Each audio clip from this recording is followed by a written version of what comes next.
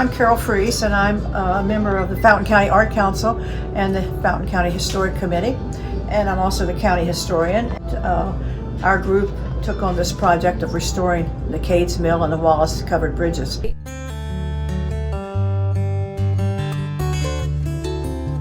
Jim Haig here, President of the Fountain County Art Council. I am associated with this bridge in a way and a purpose to provide a legacy, everybody's legacy.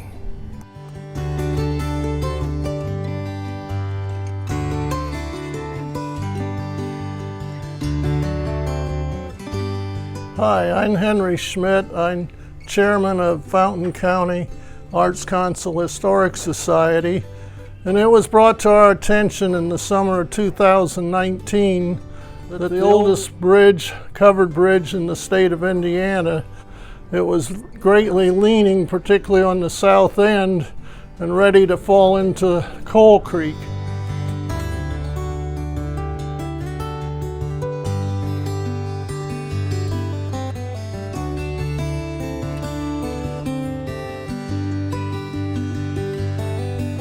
Fountain County has 3 covered bridges, and Cade's Mill happens to be the oldest one in the state, built in 1854. Rob Roy Bridge, which is just south of Attica, has been totally restored, and it is a vehicular bridge. Wallace Bridge is in need of work, and we hope to address that after we completed Cade's Mill Bridge.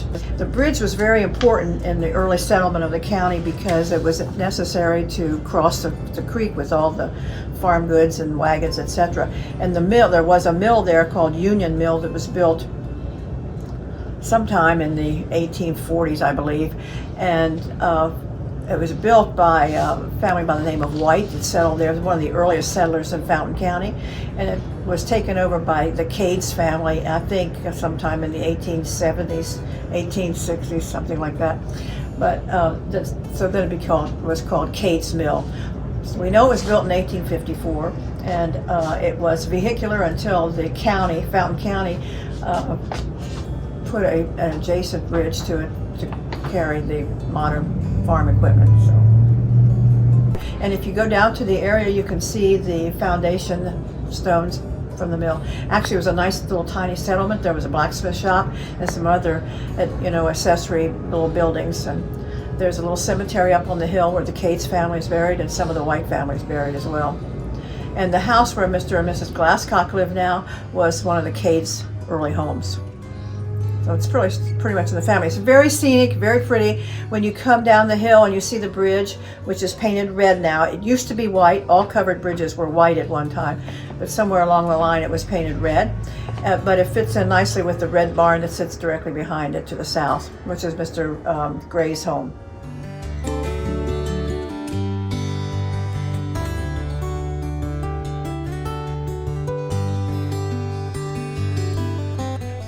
Last year, we spent getting engineering studies done of what it'd take to conserve the bridge and bring it back to permanent safety.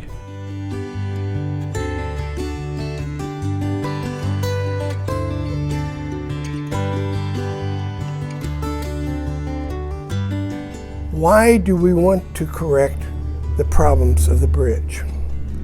So the future will be able to see what really was. And they'll be able to appreciate the understanding of a bridge built not by iron, but by hand and by wood, which was one of the first and foremost methods of construction in that time period.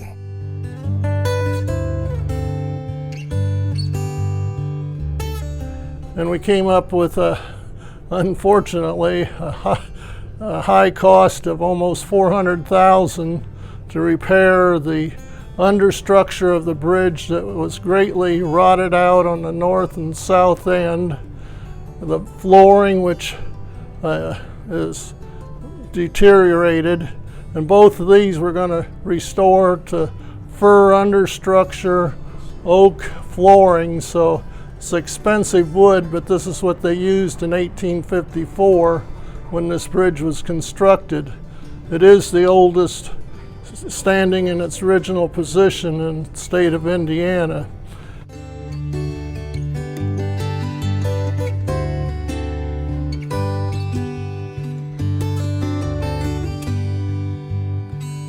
We have selected to conserve the bridge as CLR out of Bloomington, Indiana.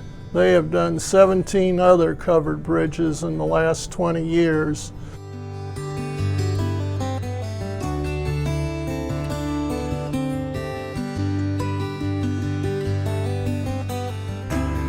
And so we're now in a campaign to raise $400,000 to preserve the bridge, and we're asking help from individuals, companies, corporations.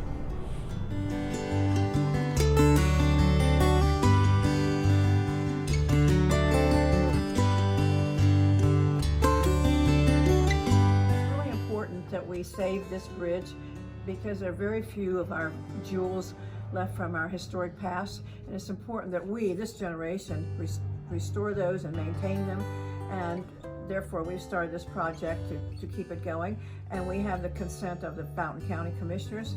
Actually, the bridges are owned by the county, so it's the responsibility of the county, and they have been working with us and have made a point of going down this past fall and remove trees and change the drainage and put in some riprap, things to that effect.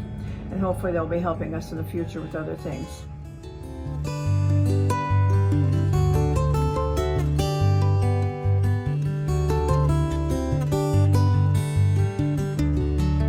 Foremost Township, who lives close to the bridge, made this scale model, 5/8 to the foot, and it's a true model of Cade's Mill Bridge. If you notice, it took him over 600 hours. If you look at all the little details on the shingles on the roof. He had left this side open so that you could see the actual structure and the pile truss. Fantastic, fantastic model. Well, donations for the conservation of the Cade's Mill Bridge should be sent to the Western Indiana Foundation at Box 175, Covington, Indiana, 47932. This way the money is all through an independent organization, so it's meant just for the bridge and can't be used for other things. If donations are strong enough this spring and early summer, we do hope to start the work on the understructure of the bridge late summer or early fall.